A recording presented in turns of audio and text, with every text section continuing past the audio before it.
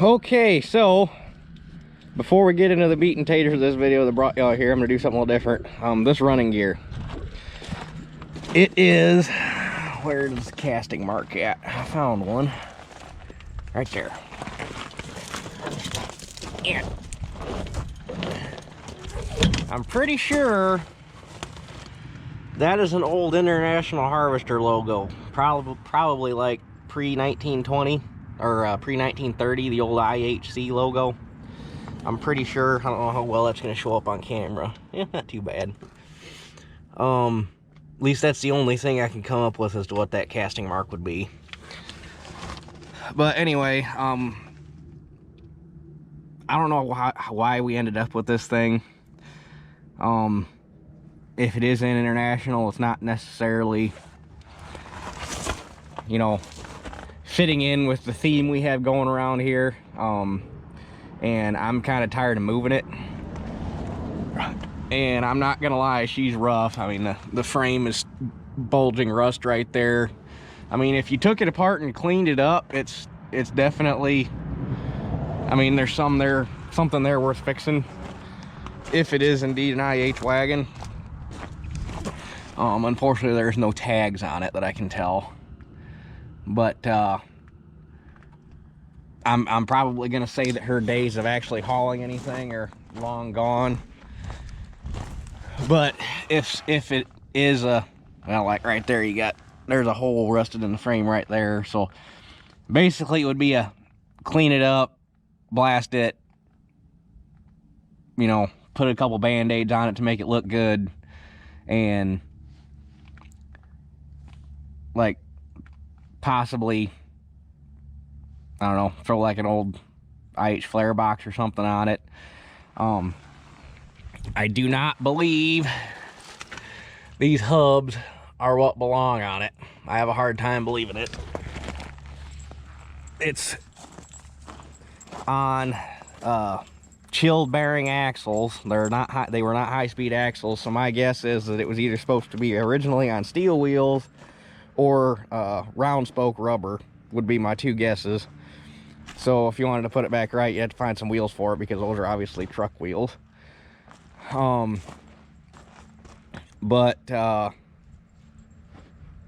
like if somebody had a F12 or an F14 or something, or like an early H on steel or something, it'd be kind of neat to paint it up and put a little box on it and have it like for a display piece to drag to shows or whatever, make a people hauler out of it or something. The tongue has been, at some point somebody whacked the tongue off with a torch and welded the clevis on it, so it was obviously supposed to be longer at some point. It might have even had a horse reach on it, who knows, but it's definitely supposed to be a round pipe tongue, because that's what these castings are meant. And the one's got a dog ear broke off of it, but it's still functional. So yeah, long story short, I'm tired of moving it. It doesn't really fit in with the Oliver theme we got going on around here. I want it gone. I'd rather see it go to somebody who's going to appreciate it than to cut it up for scrap, because that was the other option. It's too light of a gear, and it's in too rough a shape to like actually build it to haul stuff with. So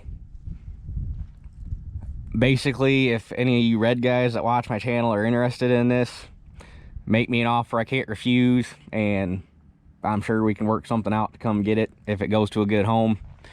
I'm gonna get the bed off of it and burn it, because the bed's junk, and obviously I'm taking the plows to my house to put in the yard, and that beam's got to go over to my house. But I'm hoping to get this taken care of, or get all that stuff taken off of it and taken care of this weekend, and like I say, get the gear out of here, preferably before snow flies. But if you're really interested in it, we could work something out. So like I say, pretty sure it's an IH gear.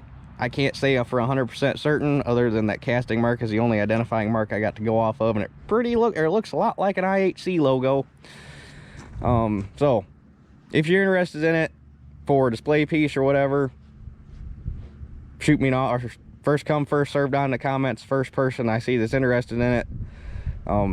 Be serious about it. I don't want to play these games. If it's something you want, don't dilly-dally around. Tell me you want it or you don't.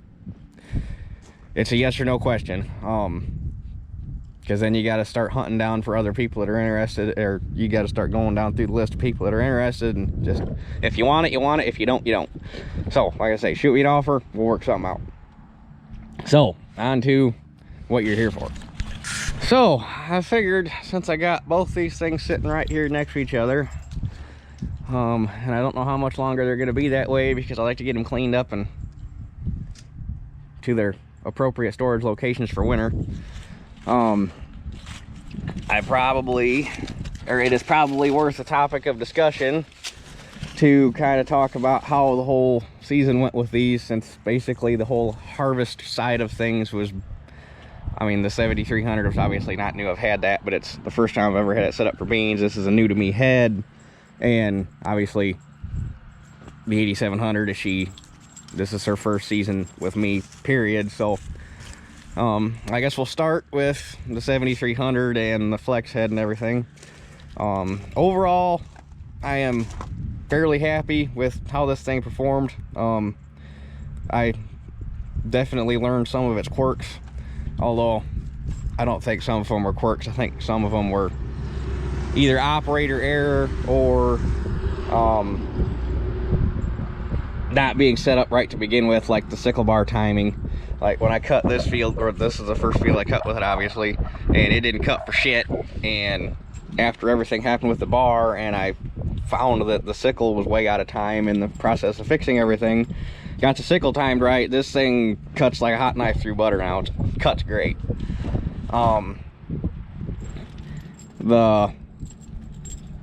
I found that it is hard on sickles. That being said, it's not actually anything to do with the bar. The problem I kept having is these damn steel tines. I lowered, when I got it, the reel was set in the highest position it could possibly go, and when you did that, it was like 4 to 5 inches up off the floor of the cutter bar, and it wouldn't sweep anything. Like if you were in short beans, it wouldn't sweep them up into the head, and they just bunch up on the cutter bar until they got enough or pile up enough for the reel to get a hold of the bunch, and then to throw them in the head. So I lowered the head, or lowered the reel down to, this is the okay, I guess it was in the middle position. I lowered it to the next lowest position, and then obviously this is the lowest one. But I lowered it down here. It was too close to the cutter bar, so I made these, I think they came out to like 1.125" or 1.25" spacers. Basically, these spacers make it half the, when the reel is down, make it half the distance between that hole and that hole. And that worked out just about right. However, there are a couple times where the cutter bar over traveled, and it got the damn tines down into the cutter bar, and it bust the teeth off. So well, I'm gonna do two things. Firstly, I'd really like to get rid of these steel tines and convert this thing over to flexi fingers, like what I got on my head for the 525, because I love those fingers, are awesome. And if these things fall off, they tend to go through tires. If them flexi fingers fall off, they're not gonna hurt anything. And I already lost one of these this year. I think it was down on this end somewheres. Yeah, that guy right there. That guy right there was here when I got it, and it's gone now. So hopefully I don't find that in a tire at some point. But I want to convert this thing over to flexi finger. And obviously, like I said before, we're going to rebuild the cutter bar. And what else? There was something else.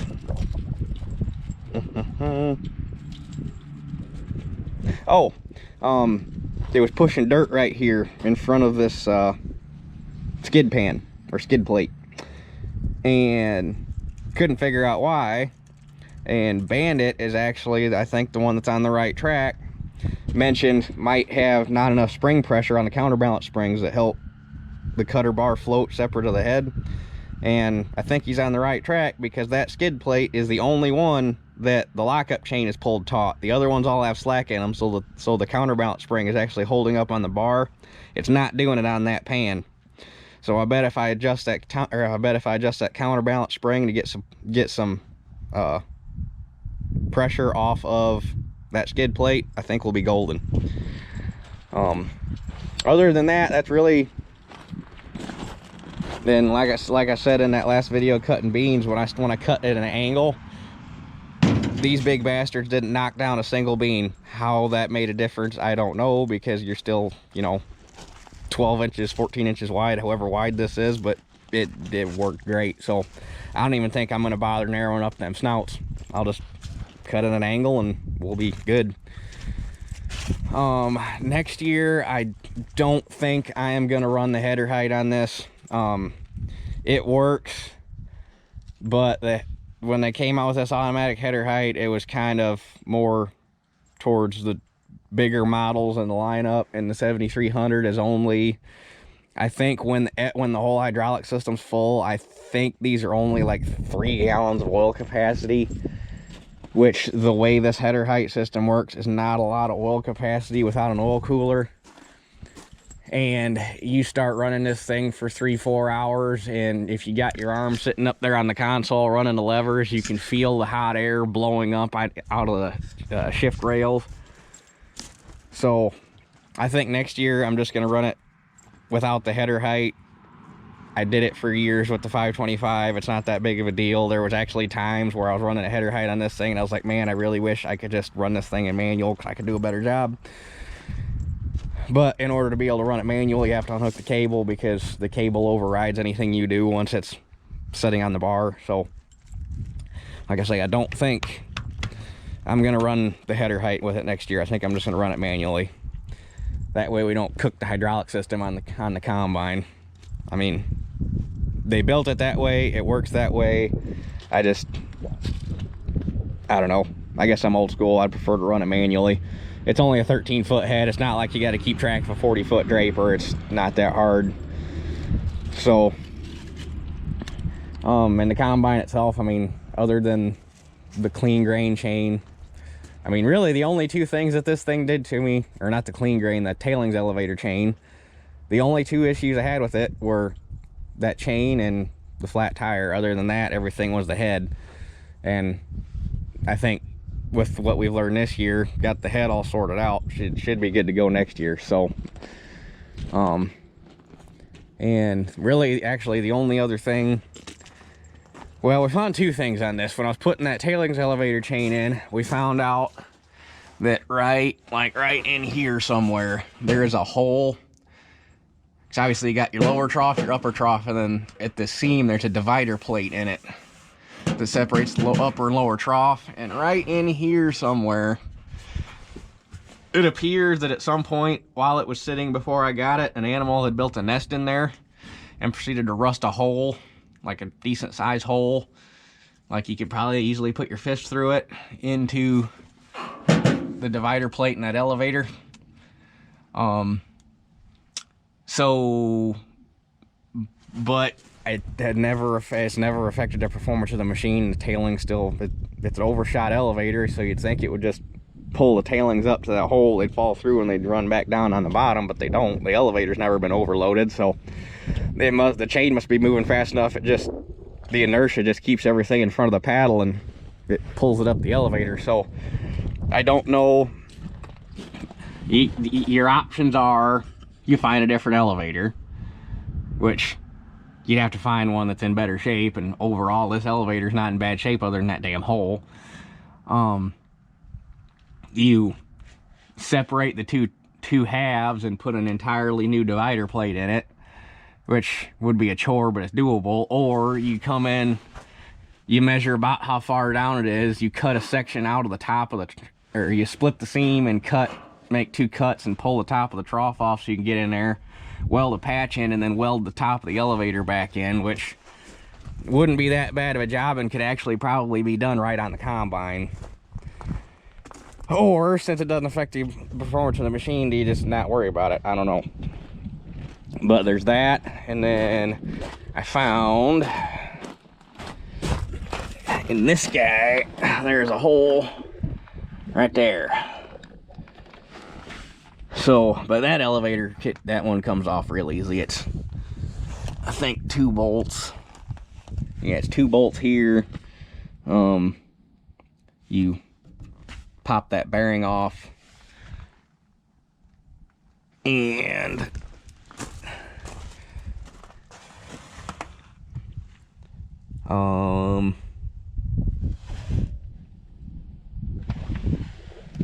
should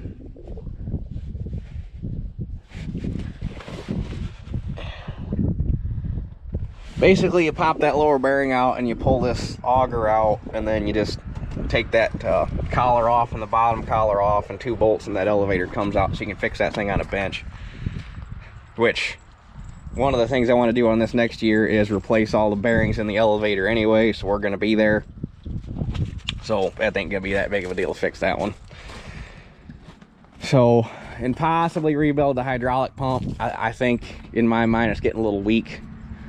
But, I mean, it works, but I think it needs rebuilt or replaced.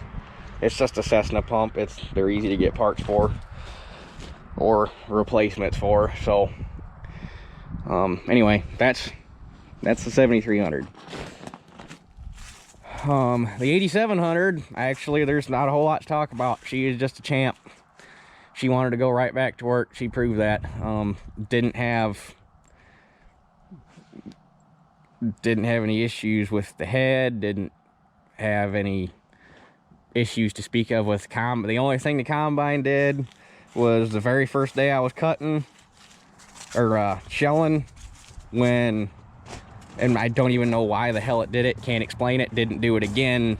I did nothing to the chain other than pop it back on the sprocket, but the lower tailings elevator chain on the lower end, it tried to climb the teeth on the sprocket and wedged the tailings elevator, which I caught it, the alarm went off, we're golden, but can't explain why it did it. It didn't do it again, I don't know.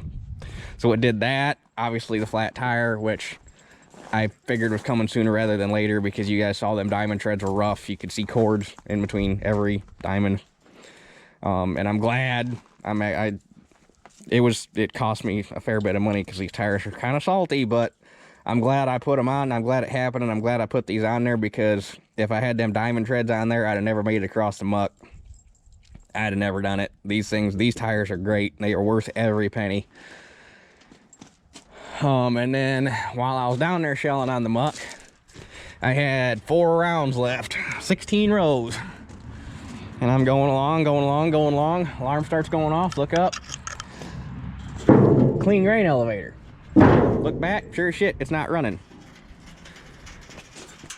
Don't know why, but the spring that goes here that pulls down on the tensioner for the clean grain elevator broke.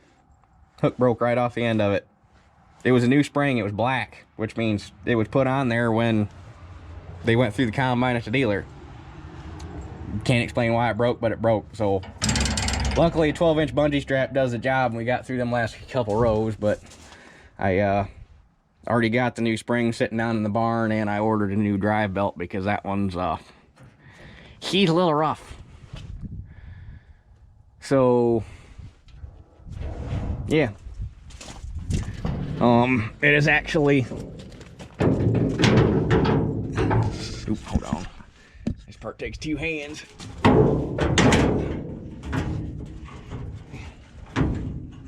After the rollover, this panel still doesn't fit quite right, but it's better, definitely better than it was. So what was I gonna say? Lost my train of thought. Oh yeah, it's kind of surprising how easy this thing is on fuel, despite, like, down there on the muck, I shelled 21 acres and only used half a tank of fuel, a little over half a tank. And I mean, she was, you saw how much she was smoking. She was working down, like, she was working down there. That was, she earned her keep. And I am also very surprised how well this thing handles mud. Like especially down there was times, well actually I only got close to coming stuck one time. I couldn't go forward, but like if the front end goes down, it'll back right out without even hesitating. So I mean, which is the important part, is being able to get out of your own holes. She's a good old girl. I am very, very glad that I pulled the trigger on this thing, and because this harvest probably would have been rather rough if I'd have been shelling corn with the old 7300. I don't think we'd got the muck off. So this thing has been worth every little bit of struggle to get it back going, and she deserved a second chance at life, and I think she's gonna do me good. So, but that's really, I mean, she just ran and ran and ran and didn't give me a single issue, and that's really all there is to say about it. And can't ask for much more than that. And as far as the head goes,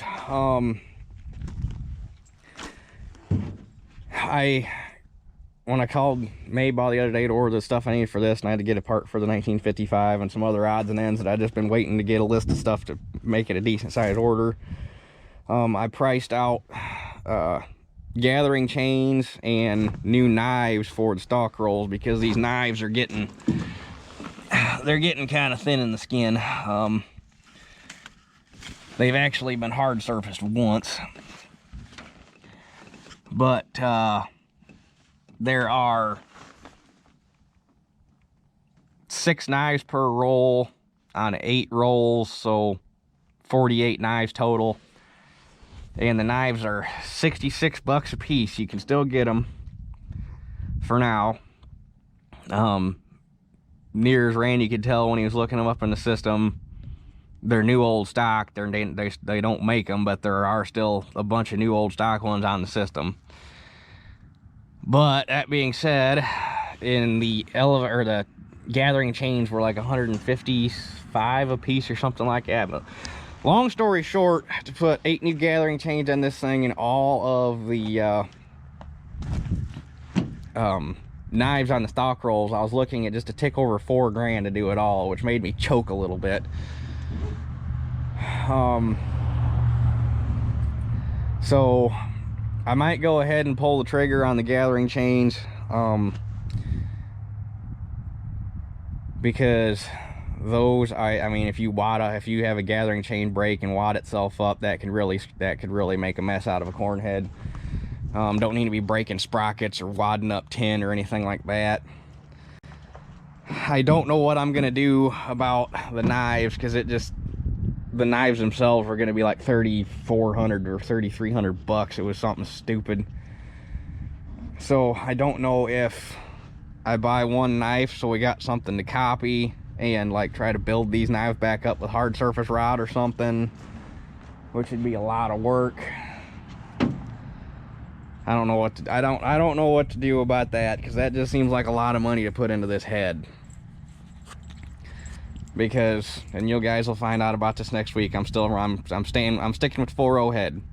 That's all you need to know right now. You'll find out the rest of the story next week. But 4.0 head staying around. That being said, last week I was watching some videos on YouTube, and for some reason Drago head started popping up in my recommended videos, so I was watching stuff on that. And I don't know if anybody knew this, I didn't know this, but Drago to this day still makes all the way down to a 4.0 30-inch head. And I thought it'd be cool as hell to find a 4.0 Drago to run on this thing. I don't want to know how much a 4.0 30-inch Drago head would cost to buy.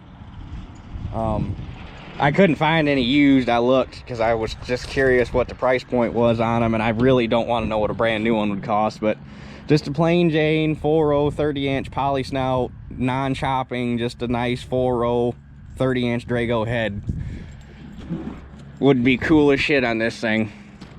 But you'd probably have to have an engineer come out and look at the feeder house and everything and make the hookup work, unless you'd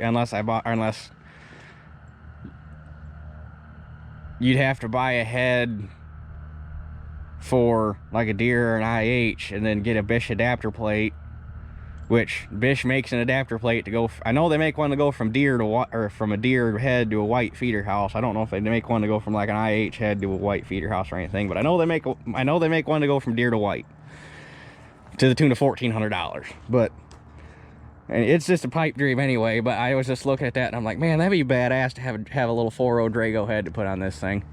Head would be worth more than the combine, but anyway. So yeah, that's kind of a part 1 harvest reflection. I thought the combines are worth talking about, since it's like I say, basically everything this year was new to me in one way, shape, or form, whether it be cutting beans with the 7300, which I never done before, or a brand new to me combine that this is the first year we ran it.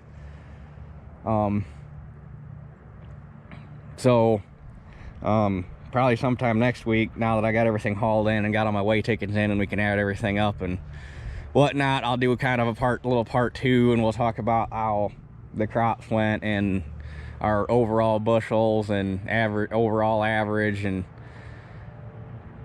how I felt about the hybrids and the bean variety I planted this year and whatnot. So probably be looking for that sometime next week, but that'll be the part 2 of harvest reflections. So, but my goal for today is I want to get both these things down to the house and get them blown off and get the grain tanks cleaned out and basically get them ready to power wash. And I'd like to, my corn head's clean enough, I'll just take it down and pop the snouts up and blow everything off. And I want to get the corn head back on the cart, or back on the header cart today. And yeah, basically I just want to get them blown off and get them ready to power wash, so that when it comes time to wash them, I can get them both done and I'm not piling up all the chaff and everything in wet ground.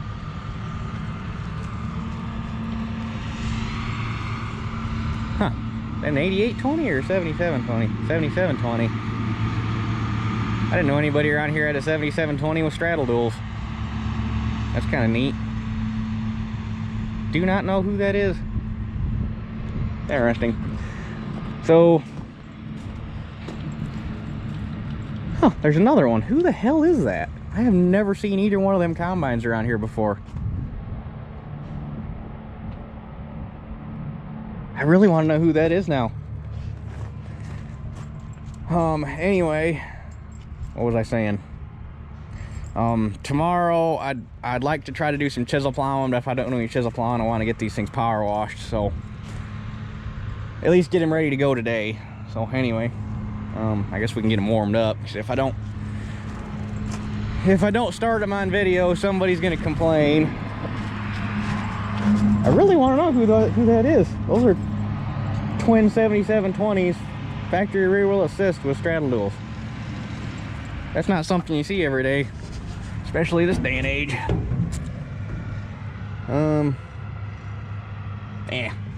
I'll do the 8700 first.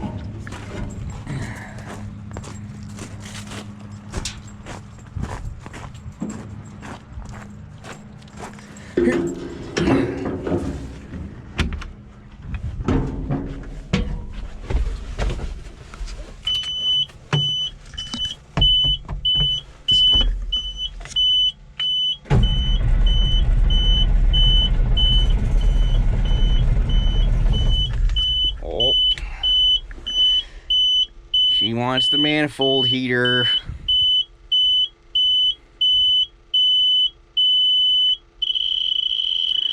Perkins things, they're cold-blooded.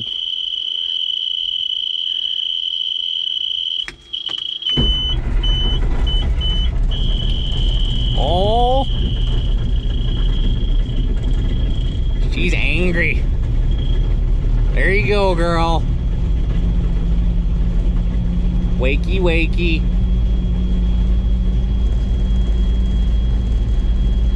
There we go.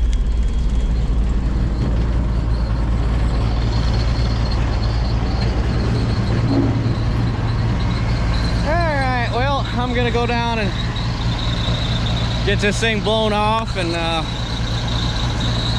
guess we'll come back and catch you when it's time to get the head off of it. Well, apparently the dead camera battery died on me driving up here, and I didn't hear it beep at me, so we made it this far.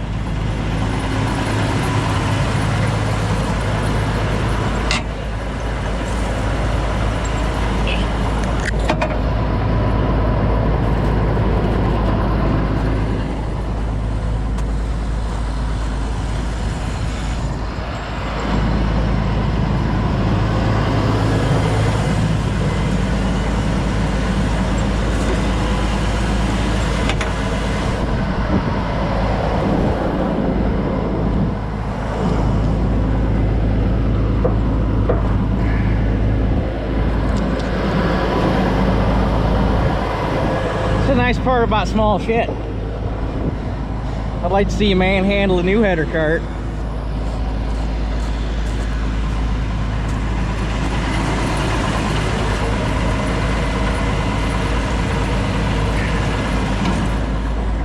Looking pretty okay.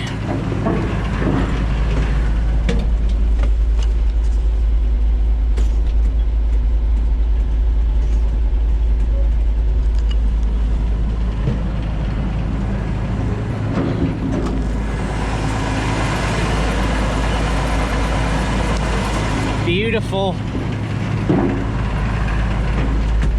Back into it just a little bit.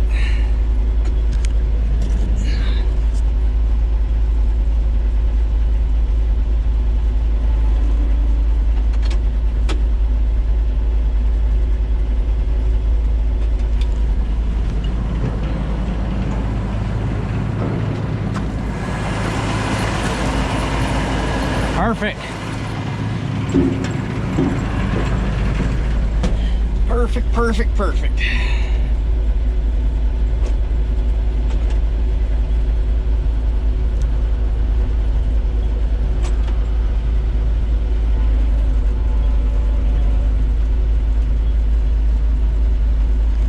It feels sad taking the corn head off. I wish I had more to shell.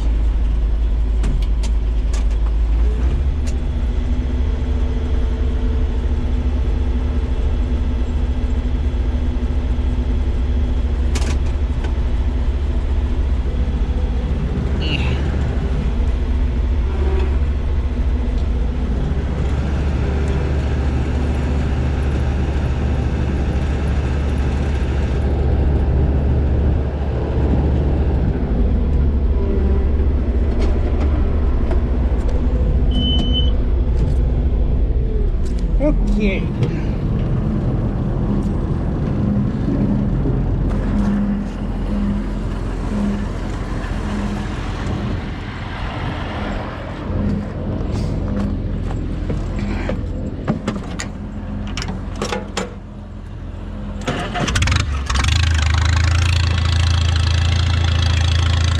I've been thinking about it too, and as much as I'd like to start chisel plowing tomorrow,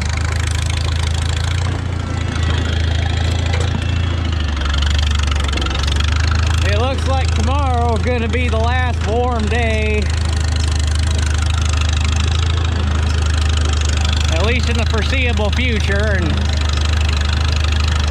you know, the closer you get to December, the odds of you having a warm day are getting slimmer and slimmer. So I think tomorrow I'm gonna get combine, everything else washed up, and try to get stuff put away before it rains Sunday. And it looks like we should have plenty of opportunity next week to get some chisel plowing done. It's always supposed to. As of right now, we only got rain chances Sunday, so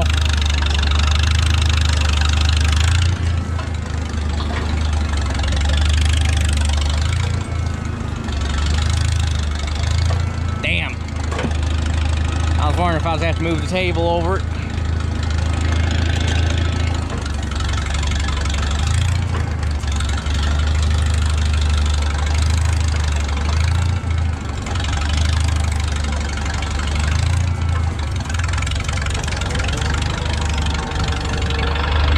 Well, shoot. All right. Helps undo the parking brake.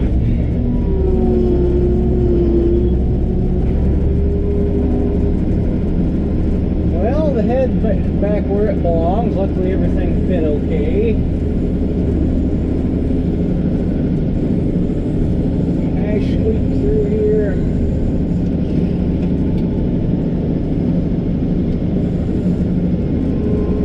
Here before. Alright.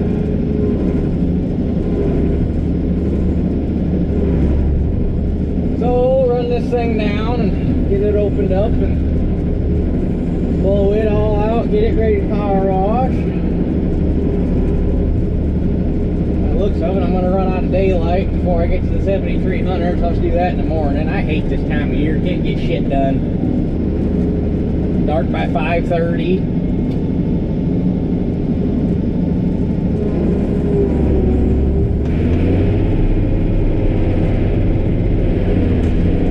Well, like I say, rather than plowing, I think tomorrow I'm going to get these things washed up and get the cart washed up, get that planter washed up, get everything back over the barn that belongs over at the barn.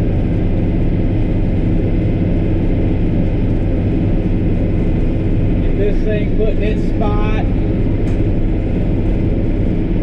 I don't think I'm going to try to tarp the whole thing like I did last year, but I think I'm going to at least try to tarp the grain tank, keep shit out of that.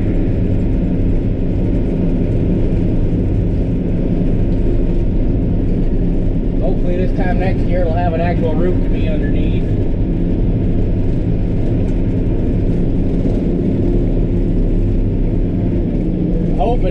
Hoping to do some groundwork for the barn yet this fall if it dries out enough. I got dirt over there that I had delivered a couple months ago. I need to get leveled off and do some other odds and ends to get. It'd be nice to get the dirt work done and let it settle over winter so that it's nice and packed or nice and hard packed by the time it comes time to actually start putting the barn up. Would have been nice to get to it this fall, but time did not allow. So anyway, yeah, I don't know if I'll take any video tomorrow or not. It's just washing combines. There ain't nothing exciting about that, so we'll see what I think. But anyhow, I guess that's it for this one. We'll catch you guys on the next one. We think, pup. We think, pup.